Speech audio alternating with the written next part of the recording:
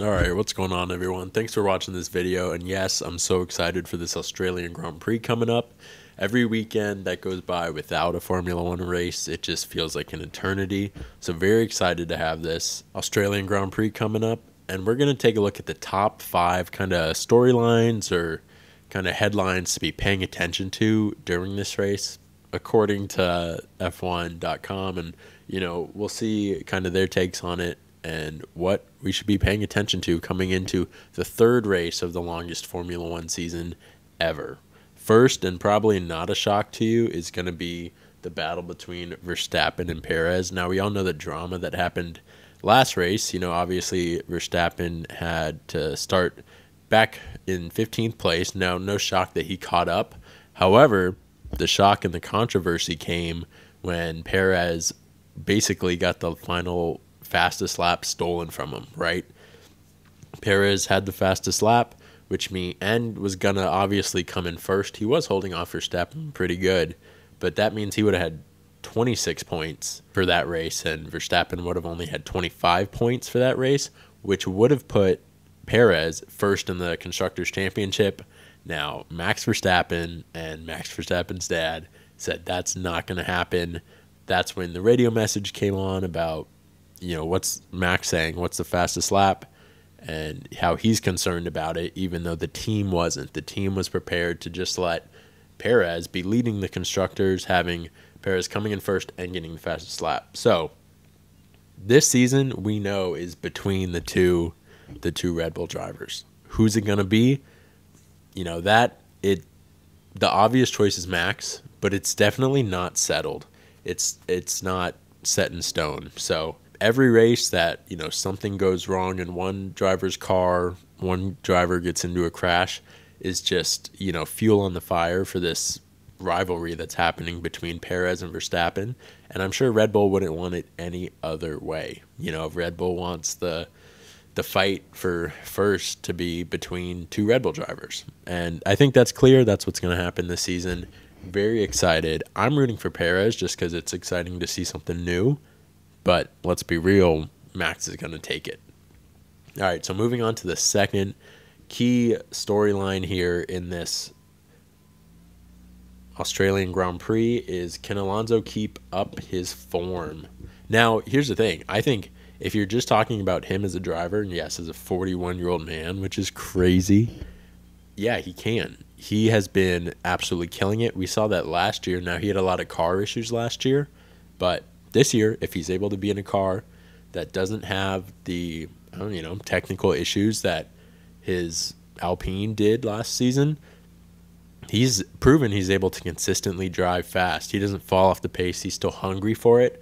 So I think that 100% Alonso is going to be able to keep up this form, perform at his highest level, and get the most out of the car. He's proved that in 2 races, and he proved that last season, and I think he's going to prove it throughout the season. Now, the only real issue that would hinder him is Aston Martin going to be able to keep up the developments, keep up competitive pace with the Ferrari and the Mercedes, and are they going to be able to keep up? Alonso is going to be able to keep his form. Is Aston Martin going to be able to keep the form? I think that's the real toss-up here, but Alonso's killing it. He's going to continue to kill it. Let's just hope Ferrari can start killing it, All right, moving on to number 3, changes at McLaren. So this was interesting how, 3 technical heads are going to be joining McLaren, and they're departing with their executive technical director, James Key. So the 3 new people are going to be some names I can't pronounce, but here you go. Peter and Neil, right? And then Andrea as well. So these are going to be who was over at Ferrari. So these are going to be the new people heading up the technical side of the McLaren garage and the car. Now, something came out how McLaren now has 47 sponsors, which is the most out of any team. So shout out to Zach Brown being the businessman, McLaren kind of being the team that is very popular among people. I know here in the US, people kind of really got behind McLaren when Formula One was getting big, but the car's not there. The sponsors are there. I'm sure the money's there. The drivers are good. At least we know Norris is, but the car is not there. So maybe these changes will really make a big difference. Maybe they won't. That's still to be seen.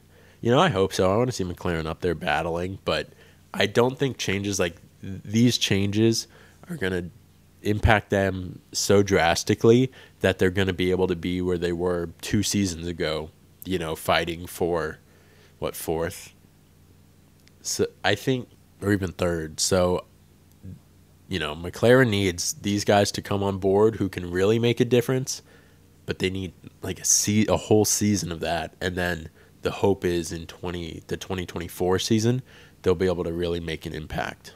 So I know that they're going to be bringing a whole new upgrade package later on in the season, I think in a few races, but I'm not expecting to see anything new out of them in this Australian Grand Prix. I just don't think that's going to happen. Moving on to 4, we have a massive crowd with a new home hero. So Oscar Piastri, this will be his first home race in Formula One. Now they're losing Daniel Ricciardo and trading it for Oscar Piastri. It's a shame that Oscar won't be in the car that he deserves. We've actually seen really good things out of him, making it into Q3 in qualifying in the McLaren, I know. And even, really putting up a fight against Norris. So we've seen a ton of good things come out of Oscar.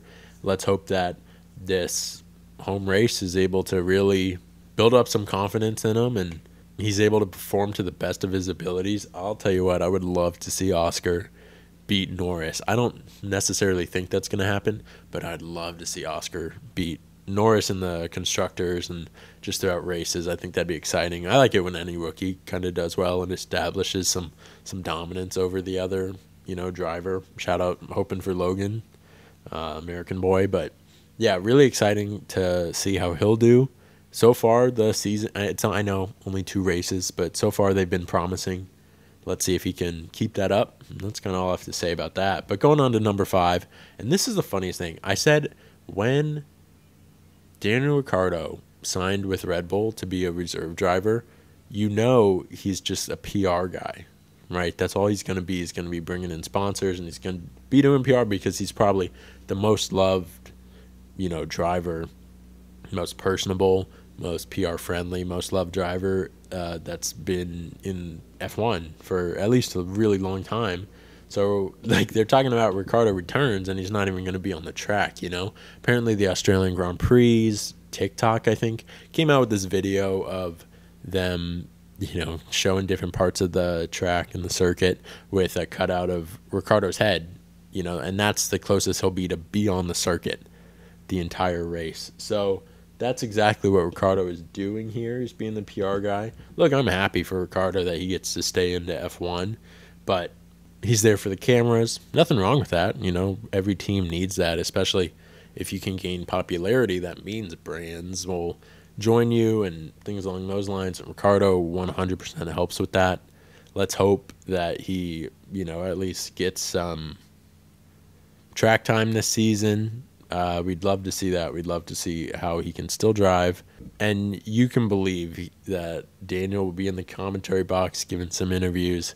He'll be on all the pre-race, post-race shows that F1 puts out. So you'll get your fill of Ricciardo if that's what you're missing. And I know the Australian fans love that. So that's all very exciting. Thanks for watching. I'm really looking forward to this Australian Grand Prix. Again, I do live streams for all of the events. You get your driver map, your lap times, sector times, the gap between them, all the drivers that is, and then some just updates about the weekend and all that, all on one screen. You get commentary, so please tune into that. First one starts at 9:30 Eastern. Also leave a comment if you're going to be, waking up early or staying up late to watch these sessions throughout the weekend. So make sure you tune in for those and subscribe so you don't miss it. Thanks for watching. Let's have a great Australian Grand Prix. Catch you next video.